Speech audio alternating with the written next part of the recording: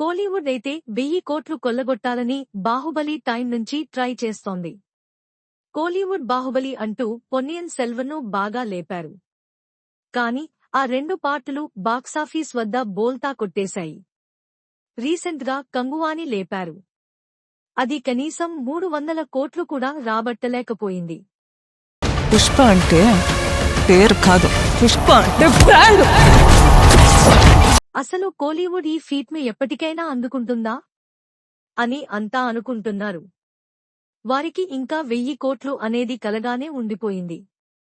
లోకేష్ కనకరాజ్ కూలీ మూవీతో అయినా ఆ ఫీట్ ను అందుకుంటాడా అని ఫ్యాన్స్ ఎదురుచూస్తున్నారు. టాలీవుడ్ లో ఇప్పటివరకు బాహుబలి 2, RRR, కల్కి 2898 AD చిత్రాలు 1000 కోట్లకు పైగా రాబట్టాయి. ఇవన్నీ కూడా 15 రోజులు తీసుకుని 1000 కోట్లు కొల్లగొట్టాయి. పుష్ప అంటే నేషనల్ అనుకుంటారా, ఇంటర్నేషనల్. కానీ పుష్ప 2 మాత్రం కేవలం 6 రోజుల్లోనే ఈ ఫీట్ ను సాధించి ఎప్పటికీ ఎవరూ చెరపలేని రికార్డుని క్రియేట్ చేసింది. మరి మున్ముందు ఎవరైనా ఈ రికార్డుని బ్రేక్ చేయడానికి వస్తారో లేదో చూడాలి.